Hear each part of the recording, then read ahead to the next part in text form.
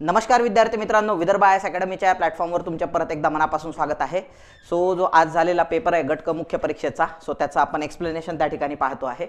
Explanation सुरू करण्याच्या आधी मला तुम्हाला सांगावंसं वाटेल, जे ब्रह्मास्त्र मी तुम्हाला परीक्षेच्या आधी दिलं होतं ते तुम्हाला नक्की परीक्षेत कामी आलेलं असणार आहे आणि तुम्हाला 1 नाही 2 नाही 5 नाही 6 नाही किमान 8-10 मार्काचं तुम्हाला त्यामध्ये मार्जिन नक्की मिळालेलं असणार आहे।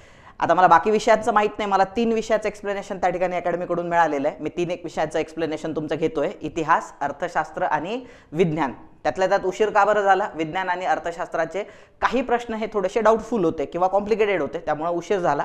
मी एक्सप्लेनेशन घ्यायला सुरुवात करतो। एक्सप्लेनेशनमध्ये जे प्रश्न एकदम वन लाइनर आहे आणि फॅक्च्युअल आहे, ज्याला एक्सप्लेनेशनची गरज नाही ते मी पटकन सांगतो, आणि जिथे एक्सप्लेनेशनची गरज होती किंवा तुम्ही ट्रिक्स वापरू शकत होता त्याच्यामध्ये किंवा लॉजिक वापरू शकत होता, ते मी तुम्हाला एक्सप्लेन करून सांगतो। आता हा वन लाइनर प्रश्न आहे, सत्यमेव जयते हे ब्रीद वाक्य कोणत्या संघटनेचे होते? तर लक्षात घ्या, हे प्रार्थना समाजाचे होते, म्हणजे पर्याय क्रमांक 4 हे उत्तर बरोबर आहे। सत्यमेव जयते हे कोणत्या संस्थेचे ब्रीद वाक्य होते? हे प्रार्थना समाजाचे ब्रीद वाक्य होते। पुढे जाऊया आपण।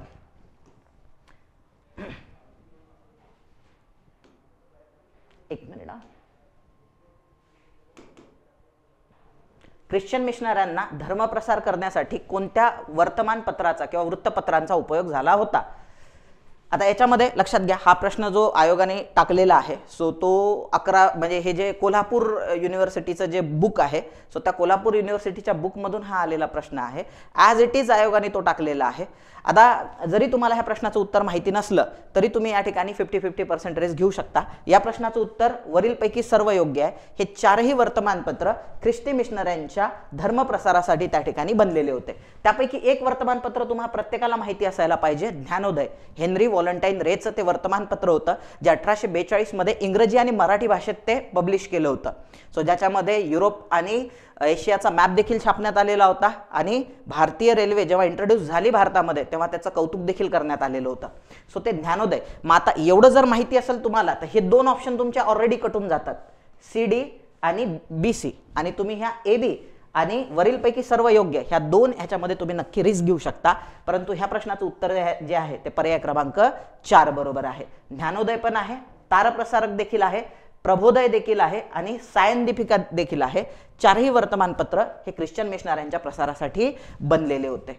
आता याच्यावर एक क्वेश्चन पण आलेला आहे, सद्धर्म दीपिका वगैरे जे वर्तमानपत्र होते किंवा आणखी पण बाकी वर्तमानपत्र आहे त्याच्यामध्ये, विष्णूशास्त्री कृष्णाशास्त्री चिपळूणकरांचं असू द्या, त्यामध्ये विचारलहरी वगैरे वगैरे, ते याचा विरोध करण्यासाठी बनलेले होते। आणि हे 4 वर्तमानपत्र ख्रिश्चन मिशनऱ्यांचा प्रसार करण्यासाठी बनलेले होते। पुढे जाऊया। 53 खालीलपैकी कोणत्या क्रांतिकारकाने पुणे येथे गदर पक्षाचे कार्यकर्ते म्हणून सशस्त्र क्रांतीचा प्रचार केला? सोपा प्रश्न आहे। विनायकराव देशपांडे। विनायकराव देशपांडे हे नाव तुम्हाला कुठे पाहायला भेटते? जी म्हणजे आपलं अभिनव भारत ही जी संघटना होती, विनायक दामोदर सावरकर आणि गणेश दामोदर सावरकर, त्यांचे वडील बंधू विनायक दामोदर सावरकरांचे, ह्या दोघांनी ती संघटना नाशिक या ठिकाणी सुरू केलेली होती। ह्या संघटनेतर्फे जी नंतरच्या कालखंडामध्ये आपल्या ह्याच्यामध्ये जॅक्सनची जी हत्या झालेली आहे नाशिकच्या त्या शारदा विजयानंद नावाचं थिएटर होतं, तिथं शारदा नावाचं नाटक पाहताना त्याला गोळ्या घातल्या होत्या, म्हणजे त्याच्यामध्ये एक कर्वे आणि देशपांडे हे सामील होते। म्हणजे त्याच्यामध्ये फाशी वेगळ्या व्यक्तीला झालेली आहे, अनंत कान्हेरे या व्यक्तीला फाशी झालेली आहे, पण त्याबरोबरच आणखी 2 व्यक्तींना फाशी झाली। एक म्हणजे त्यामध्ये अण्णा कर्वे होते, त्यांना अण्णा म्हणायचे सगळेजण, आणि विनायकराव देशपांडे, मग हे अभिनव भारतशी संबंधित आहे। विनायक दामोदर सावरकर पण त्याच्याशी संबंधित आहे। आणि शिवराम हरी राजगुरू हे तर म्हणजे जे हिंदुस्तान सोशलिस्ट रिपब्लिक असोसिएशन होती 1928 ची, जी आपल्या ह्यांनी सुरू केलेली होती, भगतसिंगांनी सुरू केलेली होती, किंवा पंजाब नवजवान सभा, त्याचे हे मेंबर होते शिवराम हरी राजगुरू, त्यामुळे त्यांचा तर काही संबंध नाही। इथं गदर पक्षाचं एकच व्यक्तिमत्व तुम्हाला दिसतंय, ते आहे विष्णू गणेश पिंगळे। विष्णू गणेश पिंगळे पर्याय क्रमांक 2 हे पुणे गदर पक्षाचे त्या ठिकाणी कार्यकर्ते होते। ह्या चौघांमध्ये गदर पक्षाचे कार्यकर्ते एकच आहे, विष्णू गणेश पिंगळे। पुढे जाऊया। शेतकरी चळवळीविषयी पुढीलपैकी कोणते विधान बरोबर आहे? बघा, आता कृष्णराव भालेकर यांनी दीनबंधू वर्तमानपत्रातून वृत्तपत्रातून शेतकऱ्यांचे प्रश्न मांडलेले आहे, बरोबर आहे। हे सत्यशोधक समाजाचं मुखपत्रक होतं, ज्यामध्ये कृष्णराव भालेकरांनी हे 1877 मध्ये सुरू केलं होतं, आणि स्पेशली ते शेतकऱ्यांचे प्रश्न मांडायचे। त्यांनी दीनबंधू सत्यशोधक समाजाची स्थापना पण केली होती। या समाजातर्फे शेतकऱ्यांची संघटना नाही म्हणून इंडियन नॅशनल काँग्रेसवर टीका देखील केली होती। दिनकरराव जवळकरांचे 3 वर्तमानपत्र फेमस होते आणि 2 पुस्तक फेमस होते. 3 वर्तमानपत्रामध्ये तेज, तरुण मराठा आणि एक तेज होतं, एक तरुण मराठा होतं आणि आणखी एक होतं तेज, तरुण मराठा. मला तिसऱ्याचं वर्तमानपत्राचं नाव आठवत नाही आहे. तेज, तरुण, तिसऱ्या वर्तमानपत्राचं नाव मला आठवत नाही आहे. पण तेज हे वर्तमानपत्र जे होतं हे कामगार आणि शेतकऱ्यांचे प्रश्न मांडण्यासाठी त्यांनी काढलेलं होतं. म्हणजे पुढे जाऊया. पुणे येथील शेतकरी परिषदेचे अध्यक्ष विठ्ठलरामजी शिंदे होते. एकदम बरोबर आहे. पुणे प्रांतामध्ये जी शेतकरी परिषद घेण्यात आलेली होती ज्यामध्ये सुभाषचंद्र बोस देखील हजर होते. त्यानंतर सयाजीराव गायकवाड देखील हजर राहिलेले आहे. सो त्या शेतकरी परिषदेचे अध्यक्ष स्वतः अध्यक्ष विठ्ठलरामजी शिंदे राहिलेले आहे. आय थिंक 1927-28च्या कालखंडामध्ये त्यांनी पुण्यात ही शेतकरी परिषद घेतलेली होती. साने गुरुजींनी खानदेशात शेतकऱ्यांचे संघटन केले होते. हे विधान देखील बरोबर आहे.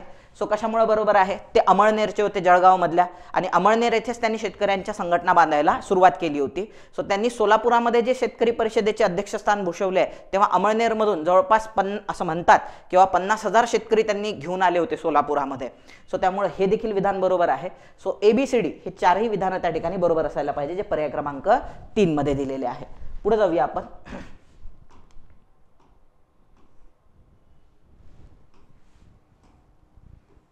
नेक्स्ट क्वेश्चन आहे, खालीलपैकी कोणास दुसरे बृहस्पती म्हणून ओळखले जाते? संस्कृत भाषेवर कमांड असल्यामुळे विष्णुशास्त्री चिपळूणकरांचे बाबा कृष्णाशास्त्री चिपळूणकर ज्यांनी विचारलहरी वर्तमानपत्र सुरू केले होते त्यांना दुसरे बृहस्पती किंवा मराठी भाषेतील बृहस्पती म्हणून त्यांना ओळखले जाते संस्कृतवर कमांड असल्यामुळे. सो त्यामुळे ह्या प्रश्नाचं पर्याय क्रमांक 3 उत्तर असेल कृष्णाशास्त्री चिपळूणकर. पुढे जाऊया. असहकार आंदोलन मोडून काढण्यासाठी सरकारने खालीलपैकी कोणत्या उपायांची शिफारस केली? आता तुम्हाला ॲक्च्युअलमध्ये असहकार दडपण्यासाठी म्हणजे कोणते उपाय योजना केली हे पुस्तकात वाचायची गरज नाही आहे किंवा याचा स्टडी करण्याची गरज नाही आहे. आपण काय करूया, या प्रश्नाला होलिस्टिकली सोडवण्याचा प्रयत्न करूया की बाबा जे विधान बरोबर आहे, आक्षेपार्ह नाही आहे, ते होलिस्टिकली बरोबर आहे आणि जे आक्षेपार्ह आहे त्याला आपण क्वेश्चन मार्क किंवा डायरेक्ट चूक असेल तर चूक मारून टाकू. काय असू शकते जर दडपशाही करायची असहकार आंदोलनाची ब्रिटिशांना, तर ब्रिटिश काय काय करू शकतात? नंबर 1, सभा उधळून लावण्यासाठी जरूर तर गोळीबारही करू शकतात. सभा उधळून लावण्यासाठी हवेत गोळीबार वगैरे.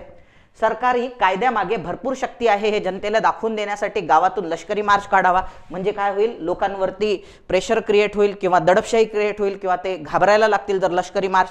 तुम्ही पाहिलं असेल लॉकडाऊनमध्ये पण किंवा एखाद्या पुण्यासारख्या ठिकाणी जर मोठ्या प्रमाणामध्ये आता ते कोयता गँग होती. सो त्यासाठी जर पोलिसांनी मार्च काढला तर सगळे लोक दहशतीत येऊन जातात म्हणजे. सो हे साहजिक आहे. त्यानंतर सिडिशियस मीटिंग्स ऍक्ट कोणत्याही सरकारने लागू केला तर व्हाईसरॉय सरकार त्यास संमती देईल. सेडिशियस म्हणजे काय? देशद्रोही, म्हणजे याचा अर्थ देशविघातक कारवाया करत असाल किंवा ब्रिटिश विरोधात कारवाया करत असाल म्हणजे सेडिशन आपण ज्याला म्हणतो. सो जर कोणतं राज्य हे इम्प्लिमेंट करत असाल तर व्हाईसरॉय त्याला मंजुरी देईल. सो 100% देईल, कारण चळवळ कर्ब करायची आहे, आटोक्यात आणायची आहे. कायद्याचे पालन करणाऱ्या नागरिकांना धीर देण्याकरिता आणि पोलीस दलाला सहाय्य म्हणून लष्कराचा भरपूर वापर करावा. होलिस्टिकली हे देखील बरोबर आहे. म्हणजे 4ही विधानं त्या ठिकाणी बरोबर आहे. सो ABCD 4ही विधानं या ठिकाणी बरोबर असणार. पुढे जाऊया आपण.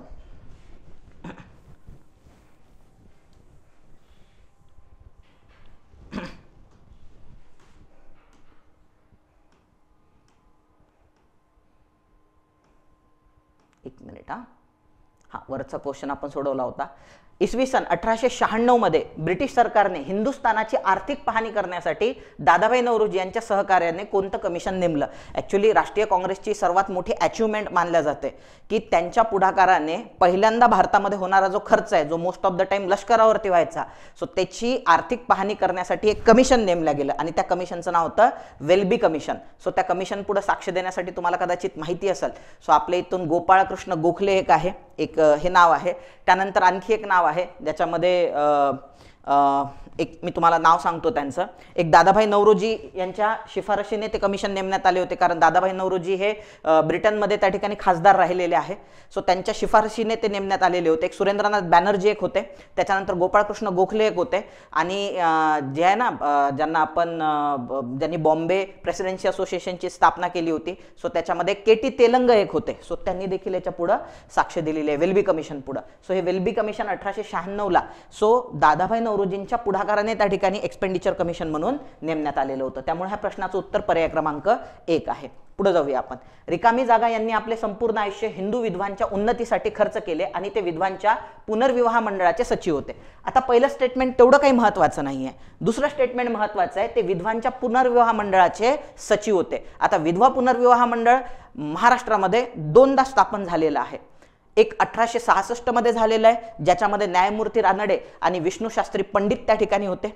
आणि दुसरं जे स्थापन झालेलं आहे ते 1893 मध्ये स्थापन झालेलं आहे, ज्याची स्थापना स्वतः महर्षी धोंडो केशव कर्वे यांनी केली होती. म्हणून ह्या ऑप्शनमध्ये 4 ऑप्शनमध्ये फक्त चौथ्या ऑप्शनमध्ये प्राध्यापक महर्षी धोंडो केशव कर्वे, आणि मी तुम्हाला त्याच्या आधी पण सांगितलेलं आहे, जे नॉर्मली पूर्ण नाव ज्या माणसाचं आलेलं असते ते उत्तर असते, तसं प्राध्यापक महर्षी धोंडो केशव कर्वे हे या प्रश्नाचं उत्तर असणार. म्हणजे तुम्ही लॉजिकनी पण बरोबर आहात आणि नॉलेजनी पण बरोबर आहात, जे मी तुम्हाला पेपरच्या आधी सांगितलं होतं. पुढे जाऊया. 1937 ते 1944 पर्यंत सतत 7 वर्षाकरिता खालीलपैकी कोण हिंदू महासभेचे अध्यक्ष होते? तर आता हे जगजाहीर आहे. सो या कालखंडामध्ये हिंदू महासभेचे अध्यक्ष विनायक दामोदर सावरकर राहिलेले आहे. म्हणून ह्या प्रश्नाचं उत्तर पर्याय क्रमांक 4 बरोबर आहे. 59चा जो आहे पर्याय क्रमांक 4. पुढे जाऊया.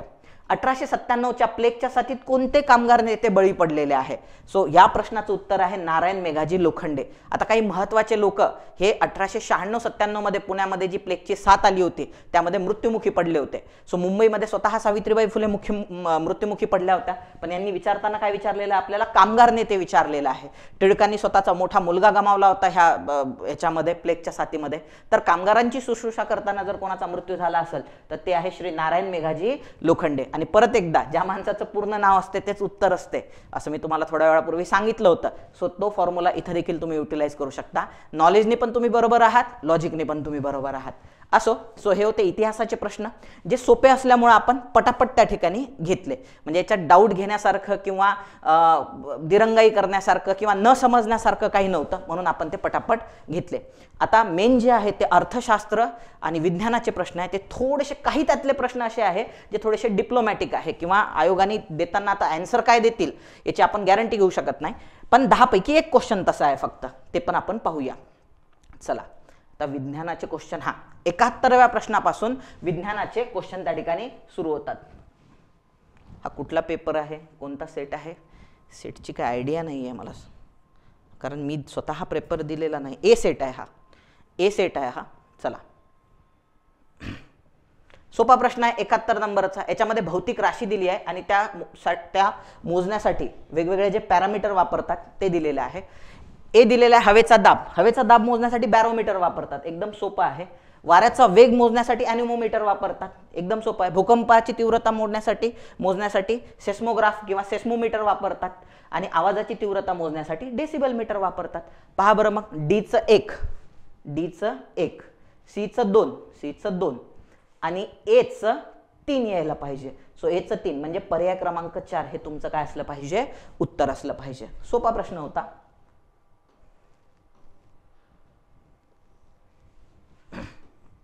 चला, पुढचा प्रश्न हाती घेऊया.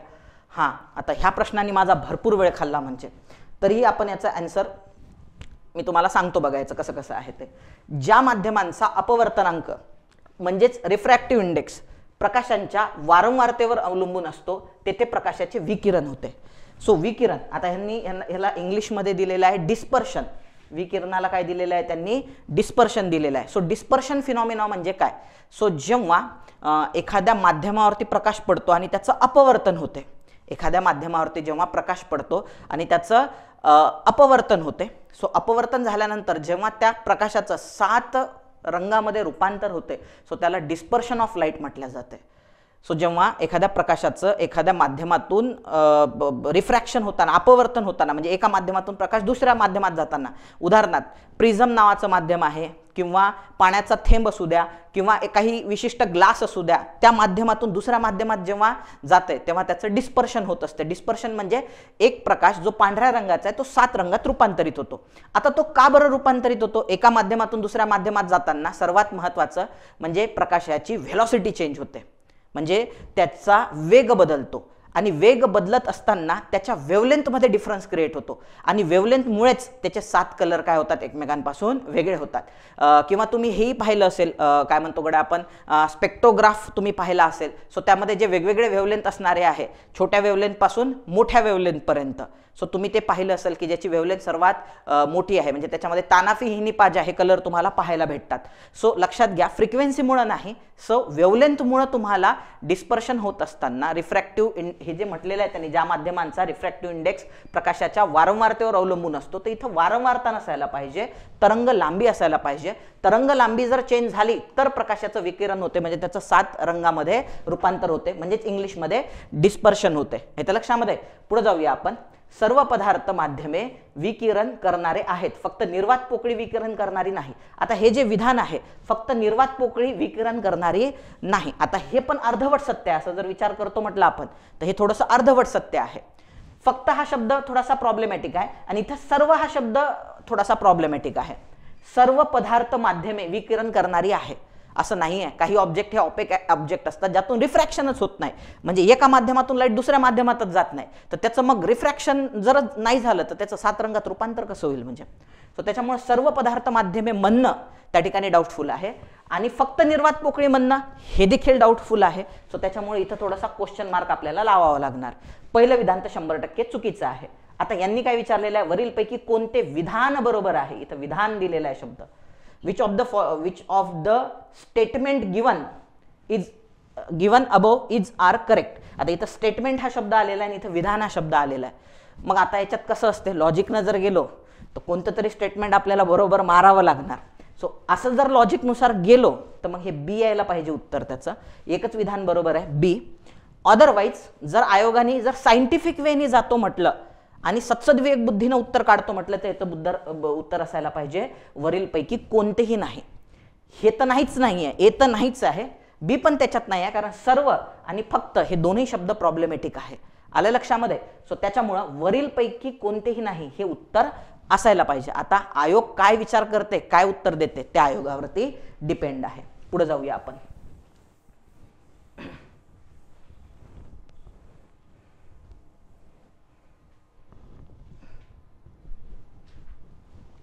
72 पुढचा प्रश्न आहे मायोपिया. आता लक्षात घ्या, मायोपिया म्हणजे काय, केवळ निकटदृष्टिता जो मला आहे.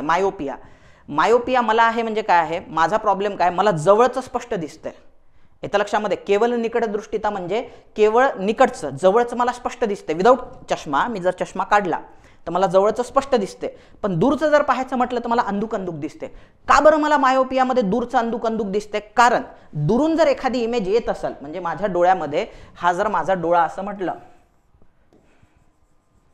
मी जर हा माझा डोळा आहे असं म्हटलं आणि एखादी दूर असणारी जी इमेज आहे ती माझ्या डोळ्यामध्ये पडते आहे, तर ती इमेज जी आहे ती ऍक्च्युली कशावर पडायला पाहिजे, इथं. म्हणजे इमेज जी तयार होत असते ती उलटी तयार होत असते आणि इथं आपला रेटिना असतो. डोळ्याचा इथं काय असतो, रेटिना असतो. इथून ऑप्टिक फायबर गेलेले असते, इथं एक ब्लाइंड स्पॉट असतो. सो ह्या रेटिनावरती ती इमेज पडायला पाहिजे. आपण ह्याला रेटिना म्हणू. रेटिनावर न पडता ती रेटिनाच्या जर अलीकडे पडत असेल, पलीकडे नाही, रेटिनाच्या अलीकडे जर पडत असेल ती इमेज, तर याची सावली रेटिनावरती पडते. सावली, त्याच्यामुळे मग काय होणार, पुढचा माणूस सावली दिसल्यामुळे अंधुक अंधुक दिसणार, स्पष्ट मला दिसणार नाही, चेहरा लक्षात पण येणार नाही. हे कारण आहे. याच्यावरती प्रश्न विचारलेला आहे. आणि हा जर दोष दूर करायचा असेल तर अंतर्वक्र भिंग वापरायला पाहिजे, कारण सागर सर अंतर्वक्र भिंग वापरतात. वस्तूची प्रतिमा दृष्टीपटलाच्या पुढे तयार होते पण दृष्टीपटलावर होत नसते. हेच विधान त्या ठिकाणी बरोबर आहे. हे तर चुकीचं आहे. वस्तूची प्रतिमा दृष्टीपटलाच्या मागे तयार होते, इकडे तयार होते का मागं, नाही. वस्तूची प्रतिमा दृष्टीपटलावर जर पडली असती तर डिफेक्ट तयारच झाला. हा डिसीज नाही आहे, डिफेक्ट आहे. डिफेक्ट तयारच झाला नसता. त्यामुळे प्रश्नाचं उत्तर 1 बरोबर आहे. वस्तूची प्रतिमा दृष्टीपटलाच्या पुढे तयार होते पण दृष्टीपटलावरती नाही. आणि ज्या पद्धतीने त्यांनी हे एक्सप्लेन करून दिलेलं आहे त्या अर्थी पण तुम्हाला लॉजिक जर गेलं तर पहिल्याच नंबरचं विधान बरोबर आहे. मी तुम्हाला सांगितलं होतं लॉजिक. काय लॉजिक सांगितलं होतं किंवा ट्रिक सांगितली होती, जर एखाद्या विधानाला किंवा शब्दाला जास्त एक्सप्लेन केलं गेलं आन्सरमध्ये तर ते तुमचं उत्तर असते. इथं पण ह्या विधानाला जास्त, म्हणजे त्यांनी ह्याला एक्सप्लेन करायला पाहिजे, वस्तूची प्रतिमा दृष्टीपटलाच्या मागे पडते पण दृष्टीपटलावर नाही, असं दिलं का ह्याच्यामध्ये, ह्याच्याच मध्ये का दिलं, कारण ते उत्तर आहे. पुढे जाऊया आपण. नाही, लॉजिकनं कसं सोडवायचं ते मी तुम्हाला सांगितलं होतं. म्हणजे आणखी असं समजून चला की आयोगाला आपला फॉर्म्युला कळालेला नाही आहे लॉजिकचा ट्रिक्सचा. ज्या दिवशी कळेल त्या दिवशी ते पेपर फॉर्मॅट चेंज करतील, पण जोपर्यंत आयोगाला कळत नाही तोपर्यंत मजा करून घ्या, इतरांपेक्षा जास्त स्कोअर कमावण्याचा प्रयत्न करा. 80% केसेसमध्ये तुमचे उत्तर बरोबरच येतील, 100 आउट ऑफ 80% केसमध्ये. पुढे जाऊया. सोडियमची अणुसंख्या 11 आहे आणि त्याचे वस्तुमान 23 आहे. तर त्यामध्ये लक्षात घ्या 2 असतात फॅक्टर, अणुअंक आणि अणुवस्तुमानांक. 2 असतात याच्यात, अणुअंक आणि अणुवस्तुमानांक. अणुवस्तुमानांक कशाला म्हणतात? So number of proton plus neutron. Number of proton plus neutron म्हणजे केंद्रकामध्ये प्रोटॉन आणि न्यूट्रॉनची संख्या म्हणजे अणुवस्तुमानांक असते. आणि अणुअंक म्हणजे काय? Number of proton or electron, म्हणजे एक तर प्रोटॉनची संख्या किंवा इलेक्ट्रॉनची संख्या म्हणजेच अणुअंक आहे. आता ह्यांनी काय म्हटलेलं आहे इथं? सोडियमची अणुसंख्या 11 आहे म्हणजे अणुअंक 11 आहे, ॲटॉमिक नंबर 11 आहे, म्हणून प्रोटॉन ऑर इलेक्ट्रॉन हे किती असणार? 11 असणार. प्रोटॉन और इलेक्ट्रॉन 11 असणार. मग आता प्रोटॉन किंवा इलेक्ट्रॉन 11 आहे, तर इथं प्रोटॉन प्लस न्यूट्रॉन म्हणजे अणुवस्तुमान ह्यांनी किती दिलेलं आहे? 23 दिलेलं आहे, is equal to 23. Proton plus न्यूट्रॉनची संख्या अणुवस्तुमानांक 23 दिलेला आहे. मग आता पी ची किंमत 11 टाकून पहा. इथं पी ची किंमत जर 11 टाकली plus N is equal to 23 असं जर आपण म्हटलो तर N is equal to 23 minus 11. गणित 23 मायनस 11 म्हणजेच किती येईल? हे 12. म्हणजे न्यूट्रॉनची संख्या 12 आणि प्रोटॉन किंवा इलेक्ट्रॉनची संख्या 11. आता न्यूट्रॉनची संख्या 12 कशात दिलेला आहे? सो इथं दिलेलं आहे न्यूट्रॉनची संख्या 12. इथं 11 न्यूट्रॉन दिलेले आहे, इथं तर दिलेलेच नाही आहे समजा. न्यूट्रॉन इथं 11 दिलेले आहे, सो त्याच्यामुळे हाही ऑप्शन कटला, हाही ऑप्शन कटला. 11 इलेक्ट्रॉन आहे का? हो 11. प्रोटॉन किंवा इलेक्ट्रॉन 11 आहे, म्हणजे हेच तुमचं काय आहे? 3 नंबरचं उत्तर आहे. इथं 12 प्रोटॉन म्हटलेलं आहे, म्हणजे हाही ऑप्शन कटून जाईल तुमचा. हे विधान काय आहे तुमचं? बरोबर आहे, कारण इलेक्ट्रॉनची 11 आहे आणि न्यूट्रॉनची 12 आहे. सो ह्या पद्धतीनं चला पुढे जाऊया.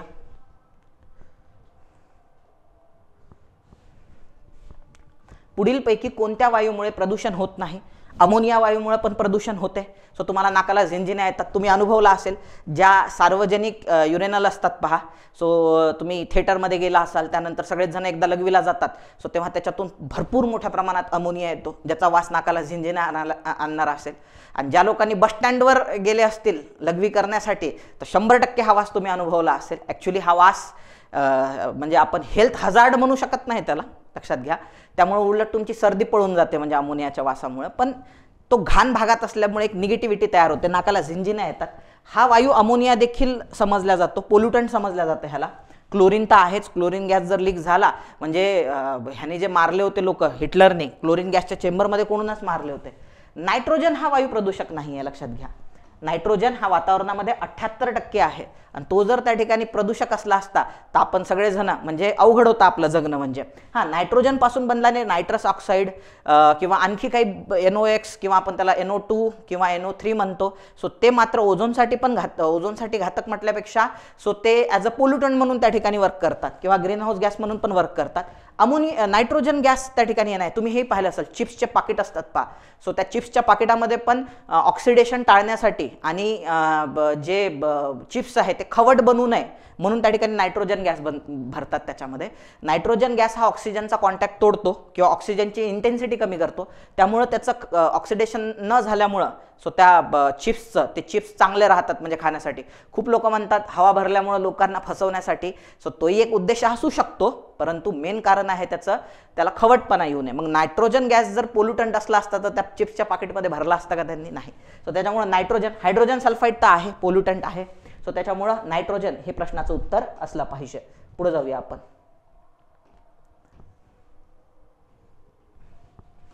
खालीलपैकी कोणता क्षार पेट्रोलियमच्या शुद्धीकरणासाठी वापरतात?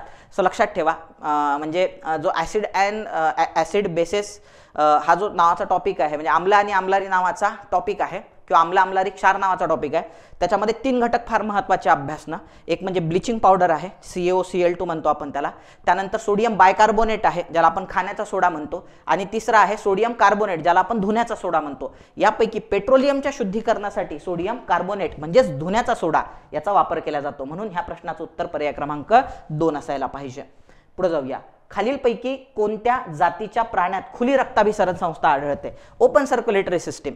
सो आता लक्षात घ्या, आता ह्यांनी विचारतानाच काय विचारलेलं आहे इथं, कोणत्या जातीच्या, म्हणजे इथे इंग्लिशमध्ये पहा फायलम. आता याच्यात हे दोन तर फायलम नाहीच आहे, पायसेस हा क्लास आहे आणि सायक्लोस्टोमॅटा हा देखील क्लासच असणार बहुधा. सो 3 आणि 4 तर नाही आहे, फायलम 2च आहे इथं, एक आहे आर्थ्रोपोडा आणि दुसरा आहे ॲनालिडा. ॲनालिडा हे क्लोज सर्क्युलेटरी सिस्टीमचं एक्झाम्पल आहे आणि आर्थ्रोपोडा जो कीटक वर्ग आहे तुमचा, याच्यामध्ये ओपन सर्क्युलेटरी सिस्टीम तुम्हाला पाहायला भेटते, खुली रक्ताभिसरण संस्था. म्हणून पर्याय क्रमांक 1 बरोबर आहे. चला पुढे जाऊया आपण.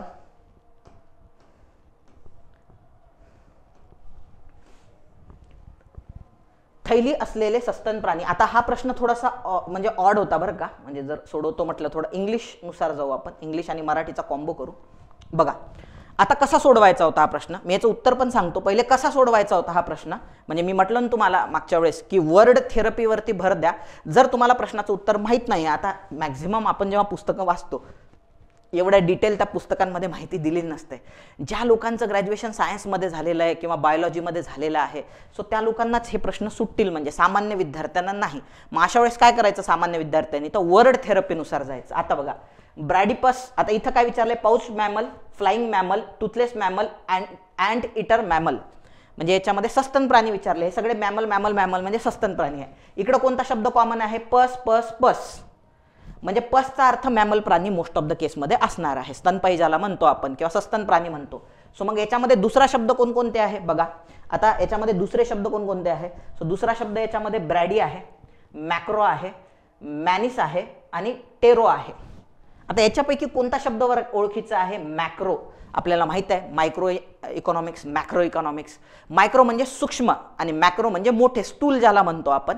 मॅक्रोचा अर्थ मोठा होतो. मग याच्यात मोठं काय असू शकते, पाऊच म्हणजे थैली मोठी असू शकते, फ्लाइंग म्हणजे उडणं मोठं असू शकते का, नाही, म्हणून हा ऑप्शन कटला. टुथलेस म्हणजे दात नसणारा मोठा असू शकतो का, नाही. अँटीटर मोठा असू शकतो का, नाही. थैली मोठी असू शकते. पाऊच मॅमल्स मोठे असू शकतात किंवा त्यांचा पाऊच मोठे असू शकते, थैली मोठी असू शकते, म्हणून हे लॉजिक लागलं तर एचं पर्याय क्रमांक 2 यायला पाहिजे. मग एचं पर्याय क्रमांक 2 कशात दिलेला आहे, एचं पर्याय क्रमांक 2 पहिल्याच ऑप्शनमध्ये आहे, मग ते तुमचं उत्तर असणार. सो पाऊच मॅमल म्हणजे कांगारू याच्यामध्ये मोडतात, पहा आलं लक्षात. सो त्याला मॅक्रोपस म्हटल्या जाते.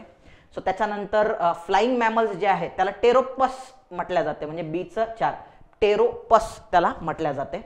सीचं 1 म्हणजे टुथलेस मॅमल म्हणजे ब्रॅडिपस येतात त्याच्यात. सो ज्यांना दातं नसतात त्याच्यामध्ये ते विशिष्ट प्रकारचं एक वानर आहे, त्याला दातं नसते आणि त्याला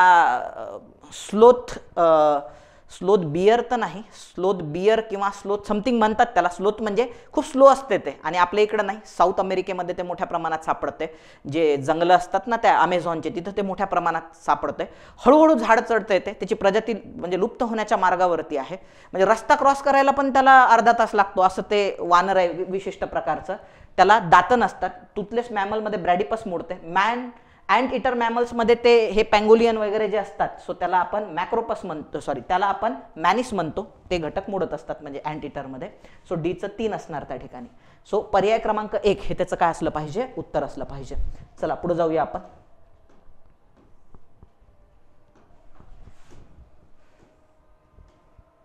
टॅक्झोनॉमी या आता लक्षात घ्या, ह्याच्यात थोडीशी आयोगानेच गडबड केलेली आहे बरं का.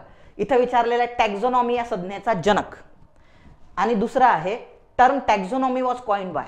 आता बघा ह्याचे जर तुम्ही मराठी आणि इंग्लिशमध्ये अर्थ घेतले, आता इथं अर्थ काय होतो, टॅक्झोनॉमी, इथं मराठीत त्याला टॅक्झोनॉमीच म्हटलेलं आहे.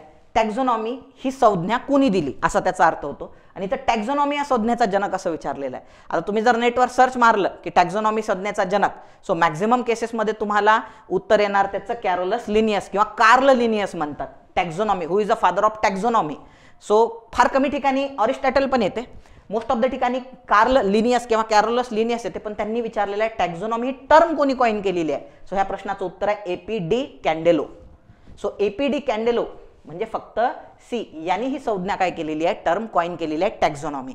आणि हा आता तुम्ही म्हणाल लॉजिक विजिक आहे का सर याच्यामध्ये? 100%. जनक नेहमी एक असतो, बाप दोन नसतात, बाप एकच असतो. आलं लक्षामध्ये?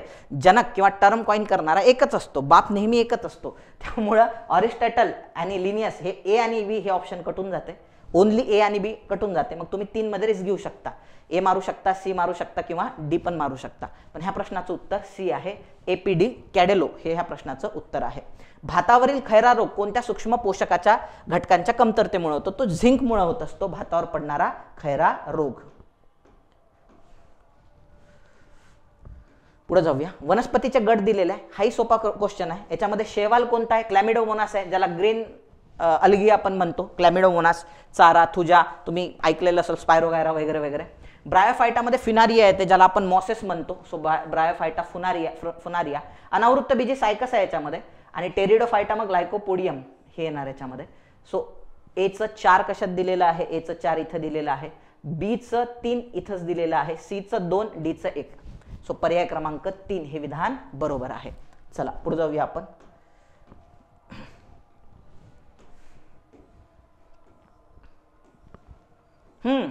वनस्पतीचे रोग व त्यांचे, हाही क्वेश्चन थोडासा कॉम्प्लिकेटेड होता. वनस्पती रोग व त्यांचे कारक जीव यांची अयोग्य जोडी ओळखा. आता याच्यातली अयोग्य जोडी ओळखायची आहे. तर आता थोडंसं इथं पण तुम्ही ते म्हटलं ना, तुम्हाला वर्ड थेरपी वापरू शकता काही केसमध्ये. फॉर एक्झाम्पल लिंबू वर्गीय कॅन्कर ते सोडा, सिट्रस कॅन्कर. आता हे इंग्लिश नेम याच्यामध्ये पाहायचे असतात थोडेसे. सिट्रस कॅन्कर म्हटलेलं आहे ह्यांनी. आता लक्षात घ्या, इथं सिट्रस कॅन्कर आहे आणि झॅन्थोमोनास सिट्री. इथं पण सिट्री आहे म्हणजे सिट्रस आहे, आणि इथं पण सिट्रस आहे. सिट्री सिट्रस म्हणजे बरोबर असण्याचे चान्सेस जास्त आहे. ज्या इथं नाव दिलेलं आहे फंगसचं नाव आहे बरं का. सो त्यामुळेच काय होतंय, लिंबावर ते काळे काळे डाग पडतात ना, सो तो आहे. सो त्याच्यामुळे पहिलं विधान बरोबर असणार. दुसरं गव्हावरील तांबेरा, सो हे पण विधान बरोबर आहे. आता तुम्ही 3 पैकी 1 मारू शकता उत्तर, ज्याचं उत्तर चुकीची जोडी जी आहे ते पर्याय क्रमांक 3 आहे. सो बाजरीवरील अर्गट, सो सार्कोस्पोरा पर्सोनॅटा हे विधान त्या ठिकाणी चुकीचं आहे. उसाला लाल कूज येणे हे देखील बरोबर आहे. सो ह्याच्यामुळेच त्या ठिकाणी येते. पर्याय क्रमांक 3 हे त्याचं उत्तर आहे.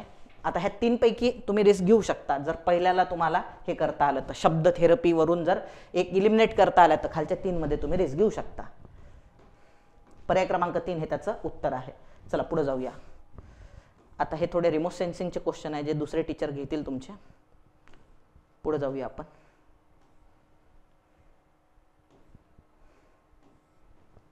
हां, 91 पासून इकॉनॉमिक्स सुरू होते आहे. चला, पायाभूत सुविधांच्या विकासासाठी पुरेशा प्रमाणात निधीचे व्यवस्थापन करण्यासाठी सरकारने खालीलपैकी कोणती संकल्पना विकसित केल्या असं त्यांनी म्हटलेलं आहे. The order to manage the adequate amount of funds for infrastructure development the government evolved the idea. म्हणजे इन्फ्रास्ट्रक्चरसाठी सरकारला फंड पाहिजे आहे, तर त्यासाठी सरकारने कोणती संकल्पना वापरली? तर लक्षात घ्या, हे 2 ऑप्शन तर इथंच कळते.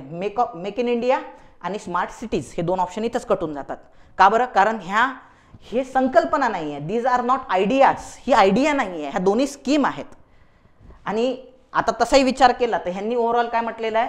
इन्फ्रास्ट्रक्चर डेव्हलपमेंटसाठी फंड असं म्हटलंय का? शहरांच्या इन्फ्रास्ट्रक्चर, शहरांच्या म्हटलं असतं तर स्मार्ट सिटीज, परंतु इथं ओव्हरऑल इन्फ्रास्ट्रक्चर डेव्हलपमेंट फंड त्यांनी म्हटलेलं आहे. सो त्यामुळे ते येणार नाही. मेक इन इंडिया कशासाठी आहे? सो आपल्या देशात उद्योगांच्या विकासासाठी. त्याच्यात इन्फ्रास्ट्रक्चरचा काही संबंध नाही तेवढा, उद्योगाच्या देशी उभारणीसाठी आहे. त्यामुळे तशी 2 ऑप्शन लॉजिकनी पण कटतात आणि नॉलेजनी पण कटतात. मग आता 2 ऑप्शन राहिले, disinvestment of public sector enterprises आणि पब्लिक प्रायव्हेट पार्टनरशिप मॉडेल. आता ह्या दोन्ही संकल्पना आहेत किंवा ह्या दोन्ही आयडियाज आहेत. आता disinvestment of public sector enterprises म्हणजे फंड उभा करण्यासाठी सरकार हे करू शकते बरं का. परंतु लक्षात घ्या, disinvestment of public sector enterprises म्हणजे जे सरकारी उद्योग आहेत त्याच्यामधून जर सरकारने निर्गुंतवणूक केली तर मिळालेला पैसा सरकार इन्फ्रास्ट्रक्चर डेव्हलपमेंटसाठीच वापरेल याची काय गॅरंटी आहे? दुसऱ्या ठिकाणी पण वापरू शकते, उदाहरणार्थ युद्ध खर्च म्हणून पण वापरू शकते, किंवा परकीय व्यापारासाठी पण वापरू शकते, किंवा सामान्य लोकांच्या शिक्षण आणि आरोग्यासाठी पण इन्फ्रास्ट्रक्चरसाठीच वापरल्या जाईल याची गॅरंटी मुळातच म्हणजे आपण असं गॅरंटी घेऊ शकत नाही. पण ही जी संकल्पना आहे पब्लिक प्रायव्हेट पार्टनरशिप, ही फक्त आणि फक्त एकाच गोष्टीसाठी बनलेली आहे, इन्फ्रास्ट्रक्चरच्या विकासासाठी. आलं लक्षामध्ये? सो त्याच्यामुळे 3 उत्तर असण्याची शक्यता जास्त आहे ह्या प्रश्नाच्या, म्हणून 3 नंबरचं उत्तर मला वाटते आहे. पुढे जाऊया आपण.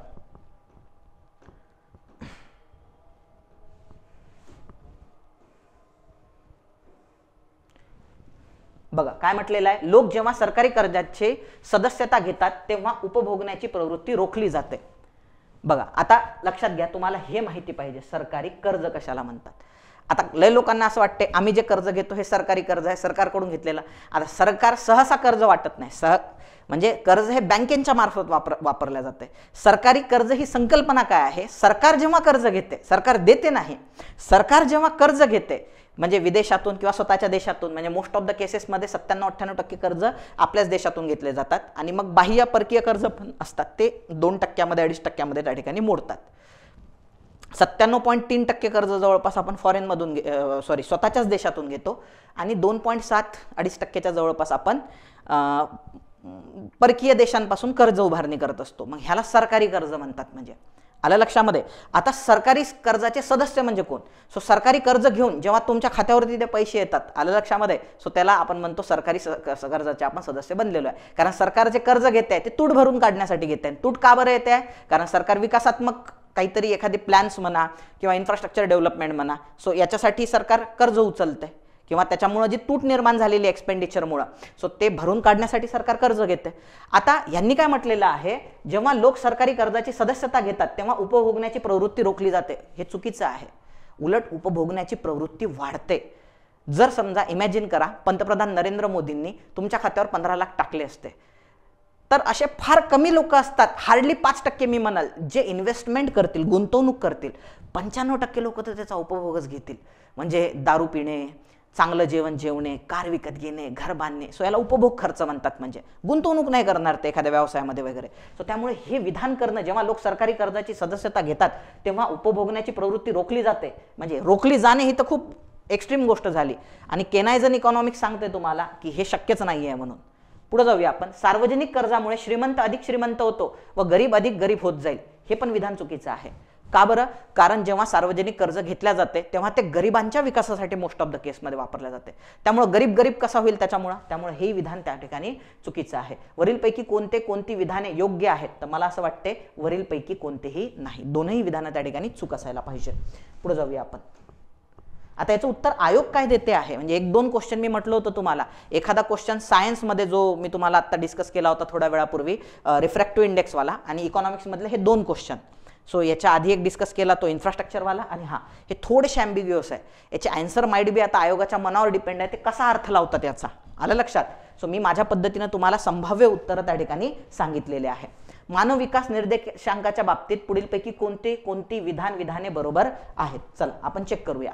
संयुक्त राष्ट्रसंघाच्या विकास कार्यक्रमाने 1990 पासून आपल्या अहवालात मानव विकास निर्देशांक या संकल्पनेचा समावेश केला. एकदम बरोबर आहे. 90 पासून UNDPने ह्युमन डेव्हलपमेंट इंडेक्स पब्लिश करायला सुरुवात केली. मानव विकास निर्देशांक या संकल्पनेचे श्रेय लॉर्ड मेघनाद देसाई व प्राध्यापक अमर्त्य सेन यांना जाते. हे थोडंसं डाऊटफुल आहे, मी इथं क्वेश्चन मार्क मारतो. कारण मानव विकास निर्देशांक डेव्हलप करण्याचं श्रेय हे पूर्णपणे महबूबुलक या पाकिस्तानी अर्थतज्ञाला जायला पाहिजे आणि त्यासाठी त्यांना नोबेल पारितोषिक देखील मिळालेलं आहे. आणि ह्या ह्युमन डेव्हलपमेंट इंडेक्समध्ये नंतरच्या कालखंडात सुधारणा करण्याचं काम ह्या दोघांनी केलेलं आहे, लॉर्ड मेघनाद देसाई आणि प्राध्यापक अमर्त्य सेन. त्याच्यामुळे हे डाऊटफुल आहे. भरपूर पुस्तकांमध्ये असं आहे की महबूबुल हक यांच्यासोबत प्राध्यापक अमर्त्य सेन यांचं पण नाव आलेलं आहे. सो त्याच्यामुळे आपण त्याला क्वेश्चन मार्क मारू. पुढे जाऊया. मानवाशी निगडीत 5 घटकांचा समावेश मानव विकास निर्देशांकात होतो. हे सपशेल चुकीचं आहे. सो याच्यामध्ये 3 इंडिकेटर आहे. कोणकोणते आहे? सो एक आहे ॲक्सेस टू नॉलेज, म्हणजे ज्ञानापर्यंत तुमची पोच. लाईफ एक्सपेक्टन्सी, म्हणजे लाईफ एक्सपेक्टन्सी, आता त्याला मराठीत पहा काय म्हणतात. आणि तिसरा आहे स्टँडर्ड ऑफ लिव्हिंग, म्हणजे राहणीमानाचा दर्जा. हे 3 इंडायसेस आहेत त्याच्यामध्ये. बरोबर. सो इथं काय म्हटलेलं आहे? 5 घटक. आता बरं, त्याच्यातल्या उपघटकांचा जर विचार केला तर हेल्थमध्ये एकच आहे, लाईफ एक्सपेक्टन्सी ॲट बर्थ म्हणतात. त्याच्यानंतर ह्याच्यात पण एकच आहे, काय म्हणतात गड्या त्याला, आपलं स्टँडर्ड ऑफ लिव्हिंग मोजत असताना काय विचारात घेतल्या जाते की per capita GNP at PPP आपण ज्याला म्हणतो. सो तिथे एकच घटक आहे. आणि स्कूलिंगमध्ये 2 आहे, expected years of schooling, average years of schooling, तिथं 2 आहे. म्हणजे टोटल 4 फॅक्टर्स त्याच्यामध्ये असणार. पण इथं काय म्हटलेलं आहे? 5 घटक. त्यामुळे ते 100% चुकीचं आहे. उपघटक जरी विचारात घेतले, मेन इंडायसेस जरी विचारात घेतले, तरी ह्याच्यामध्ये लॉजिक लागत नाही. 5 तर बिलकुलच नाही आहे. त्यामुळे C 100% चुकीचं आहे. मानव विकास निर्देशांकाचे मूल्य हे नेहमी 0 ते 1च्या दरम्यान असते, ते तुम्हाला माहिती आहे. निर्देशांक 0 to 1. 0 म्हणजे वर्स्ट आणि 1 म्हणजे बेस्ट. सो हे विधान 100% बरोबर आहे. मग आता पर्याय जर पाहिले आपल्याकडं, तर मग ह्याच्यामध्ये C 100% चुकीचं असल्यामुळं एकच ऑप्शन आहे ज्याच्यात C नाही आहे, तो म्हणजे ABD. म्हणजे B जो डाऊटफुल आहे तो बरोबर असायला पाहिजे, म्हणून याचं उत्तर ABD येणार विद्यार्थी मित्रांनो. चलो आगे चलते हैं.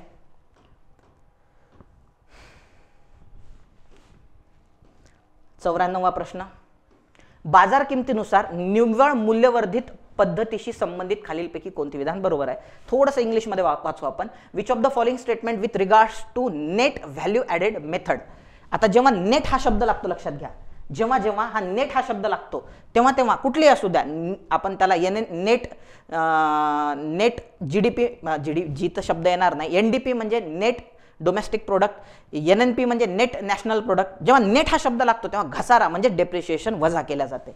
मग इथं एकच ऑप्शन असा आहे की ज्याच्यामध्ये डेप्रिशिएशन वजा आहे. Consumption fix by capital that is depreciation, ह्याच्यातून वजा फक्त पहिल्या नंबरच्या ऑप्शनमध्ये केलं, खाली कुठंच डेप्रिशिएशन वजा होताना दिसत नाही आहे तुम्हाला.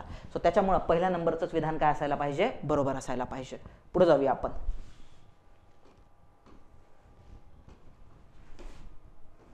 भारतीय शेतीच्या उत्पादकतेसंदर्भात पुढील विधानातून अयोग्य विधान निवडा. आता लक्षात घ्या, इथं पहा, आता इथं थोडंसं ट्रिक्स पण आहे. यांनी विचारलेला अयोग्य विधान ओळखा असं विचारलेलं आहे. बघू आपण आता याच्यामध्ये. हा पण क्वेश्चन थोडासा अँबिग्युअस आहे. स्वतंत्र प्राप्तीनंतरच्या सुरुवातीच्या काळात शेतीच्या उत्पादकतेत वेगाने वाढ झाली, हे डाऊटफुल आहे.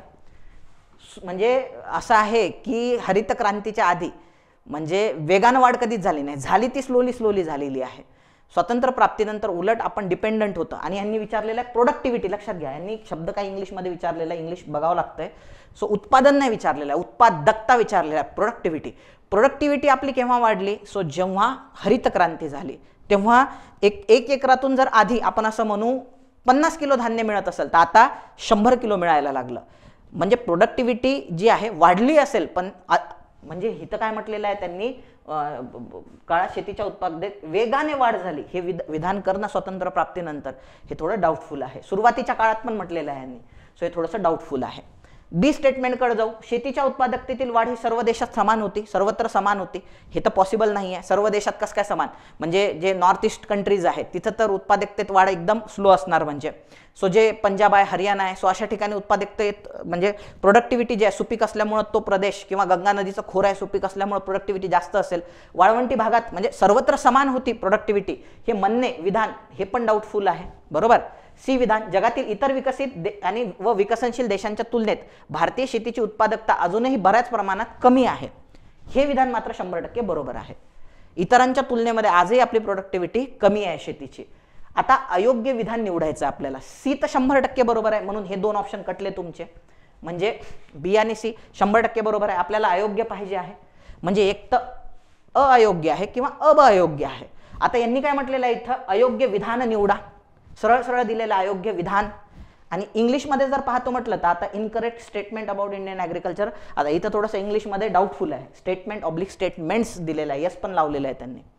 म्हणून याचं उत्तर एक तर फक्त असायला पाहिजे, कारण इथं अयोग्य विधान म्हटलेलं आहे. पण इंग्लिशमध्ये जर वाचलं तर स्टेटमेंट्स असल्यामुळं पण त्याचं उत्तर असू शकते. लक्षात, एक तर किंवा 1 किंवा 2 ह्या दोनपैकी याचं उत्तर असायला पाहिजे. सी आणि 3 आणि 4 त्यामध्ये नसायला पाहिजे, कारण तिसऱ्या नंबरचं किंवा सी नंबरचं विधान एकदम बरोबर आहे. पुढे जाऊया आपण. चला,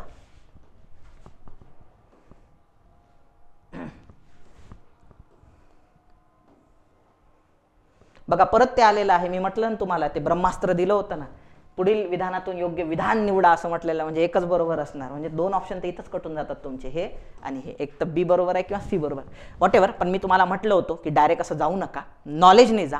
नॉलेजने जाऊ. जर नॉलेजने नाही सुटला तर मग आपण लॉजिक्स आणि ट्रिक्समध्ये जाऊ.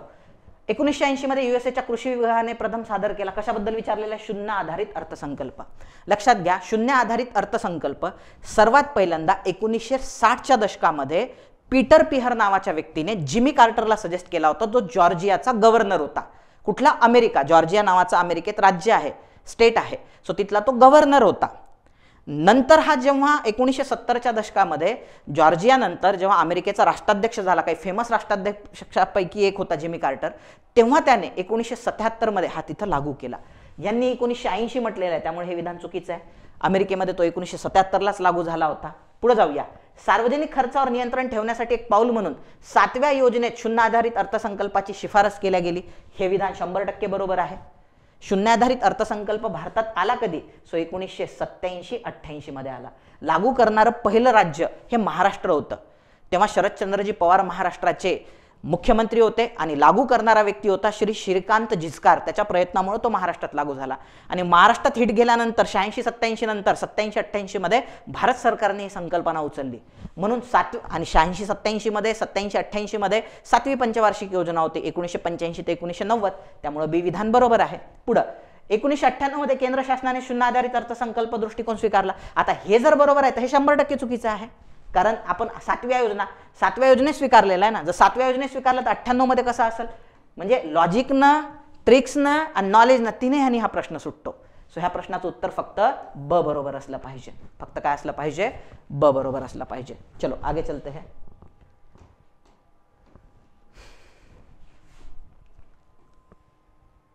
परत इथं काय लॉजिक आहे, खालीलपैकी योग्य जोडी ओळखायची आहे तुम्हाला. जोड्या नाही म्हटले म्हणजे 2 ऑप्शन तर तसेच चालले इथं, हे गेले. एक तर बी बरोबर आहे किंवा सी बरोबर आहे. चला पाहूया आपण. तौलनिक लाभाचा सिद्धांत हा डेव्हिड रिकार्डोचा होता, येतं लक्षामध्ये. सो डेव्हिड रिकार्डो ह्याचं भारतामध्ये जे महाराष्ट्रात रयतवारी जे लागू केली होती आपण, हे जे आहे आपलं पुणे जिल्ह्यामध्ये एक तालुका आहे कुठला तरी, हर्षवर्धन जाधव का कोणीतरी तिथले हे होते, इंदापूर नावाचा तालुका आहे पुण्यामध्ये. त्या इंदापूर तालुक्यात सर्वात पहिल्यांदा लागू झाली. ती लागू करण्याची शिफारस ह्या डेव्हिड रिकार्डोनेच केली होती. डेव्हिड रिकार्डोचा हा सिद्धांत आहे ज्याला आपण तौलनिक लाभाचा सिद्धांत म्हणतो. त्यामुळे हे इथं जाते. आणि ॲडम स्मिथची थेरी आहे केवळ लाभाचा सिद्धांत. त्यामुळे हे दोन्ही विधान चुकीचे आहे. योग्य जोडी फक्त ब बरोबर, फक्त ब बरोबर. तसं बी आणि सी मध्ये रिस्क घेऊ शकता तुम्ही. याच्यातलं उत्तर आहे फक्त ब बरोबर. चलो आगे चलते हैं.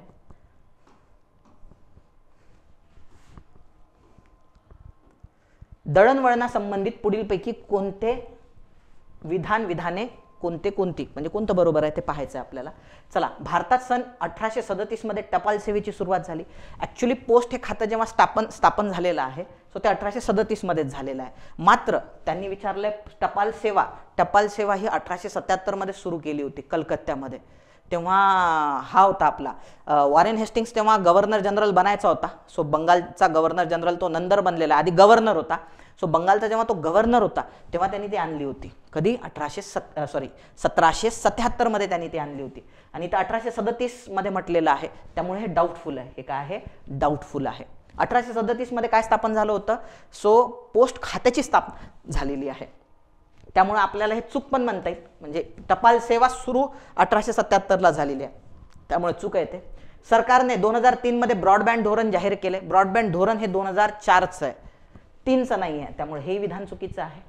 पुढे जाऊया आपण. आता ह्याला डाऊटफुलच म्हणूया, चुकीचं म्हणता येणार नाही आपल्याला. पुढे जाऊया. दूरसंचार साधनांचे उत्पादन करणारा भारत एक प्रमुख देश होण्यासाठी दूरध्वनीसाठी विशेष आर्थिक क्षेत्र उभारणे हे 11व्या पंचवार्षिक योजनेचे महत्त्वाचे उद्दिष्ट होते. सो हे पण थोडंसं डाऊटफुल आहे. 1872 मध्ये अलेक्झांडर ग्रॅहम बेल याने दूरध्वनी तंत्र विकसित केले. ते 1875 मध्ये केलं. म्हणजे टेलिफोनचा शोध 1875 मध्ये अलेक्झांडर ग्रॅहम बेलने लावला होता. हे 100% चुकीचं आहे. 100% चुकीचं कोणतं आहे, बी आणि डी. बी आणि डी जर 100% चुकीचं आहे तर बरोबर काय असणार, ए आणि सी असायला पाहिजे. म्हणून पर्याय क्रमांक 2 हे उत्तर असायला पाहिजे इलिमिनेशन मेथडनी जर जातो म्हटलं तर. चलो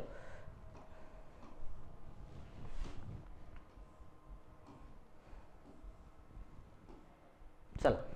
royal commission on agriculture. Royal commission on agriculture हे 1920च्या दशकामध्ये लॉर्ड लिनलिथो याच्या अध्यक्षतेखाली बसलं होतं आणि ते 1928 मध्ये बसलं होतं. प्राध्यापक कर्वे समिती इंटरनॅशनल कोऑपरेटिव्ह एजन्सी आहे, त्यांनी ही समिती बसवली होती सर्वात पहिल्यांदा आणि ती 1964 मध्ये बसवली होती आय थिंक. चला, एचं 3 कशात दिलेलं आहे, एचं 3 दिलेलं आहे. आणि कर्वे समिती 1964 मध्ये बसवली होती, म्हणजे बीचं 4 असायला पाहिजे. त्याच्यानंतर फ्रेडरिक निकोल्सन आयोग, सीचं 1 असायला पाहिजे. आणि मॅकलॅगन 1915. कोऑपरेटिव्ह जो नावाचा टॉपिक आहे किंवा सहकार नावाचा टॉपिक आहे त्यामध्ये हे सर्व गोष्टी आलेल्या आहे, फक्त इयर मागं पुढे आहे. आता फॉर एक्झाम्पल मॅकलॅगन समिती आहे 1914 दिलेली आहे पुस्तकात, इथे 1915 दिलेली आहे. एखादा वर्ष मागं पुढे आहे, पण ह्याच पद्धतीनं जोड्या जे आहे 3 नंबर आयोगाने याचं उत्तर द्यायला पाहिजे. 3 नंबरचं उत्तर बरोबर आहे. चलो आगे चलते हैं. शेवटचा प्रश्न आहे. 1921-22च्या दरम्यान आरबीआयच्या निव्वळ परकीय चलन मालमत्तेत होती. आरबीआयचं जी परकीय मालमत्ता आहे त्यात 4 गोष्टी असतात. एक असते परकीय चलन, दुसरं असते सोने, स्पेशल ड्रॉविंग राईट SDR ज्याला करन्सी ऑफ हे म्हटल्या जाते, IMF म्हटल्या जाते, आणि रिझर्व्ह ट्रान्चे पोझिशन भारताची काही अमाऊंट जी आहे ती इथं जमा आहे, म्हणजे ती भारताला कधीही मिळू शकते, ती IMF मध्ये जमा आहे. जी पहिली 25% अमाऊंट असते IMF मध्ये, जर 100 रुपये जमा आहे त्यातले 25%ला आपण RTP म्हणतो, रिझर्व्ह ट्रान्चे पोझिशन, जे भारताला कधीही मिळू शकतात. ह्या 4 गोष्टी परकीय चलन मानल्या जातात: सोने, परकीय चलन, रिझर्व्ह ट्रान्चे पोझिशन आणि स्पेशल ड्रॉविंग राईट. सो याच्यामध्ये काय काय दिलेलं आहे? इथे एक सोने दिलेलं आहे आपल्याला, आणि इथं विदेशी चलन दिलंय. रुपयाचे नाणे हे परकीय चलन असू शकत नाही, केंद्र सरकारचे रोखे पण परकीय चलन असू शकत नाही, म्हणून उत्तर हे A आणि D असायला पाहिजे. सो हे होतं तुमचं इतिहास, विज्ञान आणि अर्थशास्त्राच्या प्रश्नांचं स्पष्टीकरण. सो तुम्हाला विद्यार्थी मित्रांनो कसं वाटलं? महत्त्वाचं म्हणजे मी जे आधी लेक्चर घेतलं होतं त्याचा नक्की फायदा झाला ना पेपरमध्ये, हे आम्हाला कमेंट बॉक्समध्ये लिहून आम्हाला नक्की कळवा. भेटूया आपण पुढच्या लेक्चरमध्ये. तोपर्यंत धन्यवाद. जय हिंद.